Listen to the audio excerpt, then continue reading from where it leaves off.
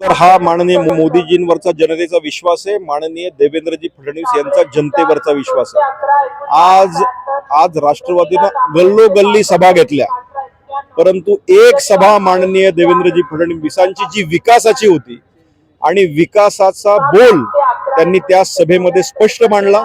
माननीय फडणवीस साहेब 40 मिनिटं जे बोलले ते पिंपरी चिंचवड उद्याचं कसं असेल, उद्याच्या भवितव्यावर बोलले, कुणावरही आरोप केले नाहीत आणि म्हणूनच जनतेला विकासात्मक नेता आवडतो हे जनतेने दाखवून दिलं।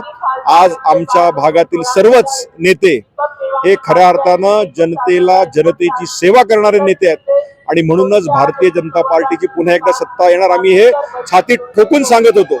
पण कुणी आमच्यावर विश्वास ठेवत नव्हता, खोटे खोटे आरोप केले गेले, त्या आरोपांचं उत्तर आम्ही नाही जनतेने दिलं। मी पिंपरी चिंचवड मधल्या सर्व तळागाळातील भारतीय जनता पार्टीचे कार्यकर्ते आणि खास करून मतदारांचं मी अभिनंदन करेल। हा जो विजय आहे हा आमच्या जनतेचा आहे, भाजपच्या विश्वासाचा आहे, माननीय मोदीजींचा आहे आणि माननीय देवेंद्रजी फडणवीस जे विकास पुरुष आहेत त्यांचा आहे। उद्याचं पिंपरी चिंचवडचं भवितव्य ठरवणारा हा विजय आहे। मी सर्व मतदारांना पुन्हा एकदा हार्दिक धन्यवाद देतो।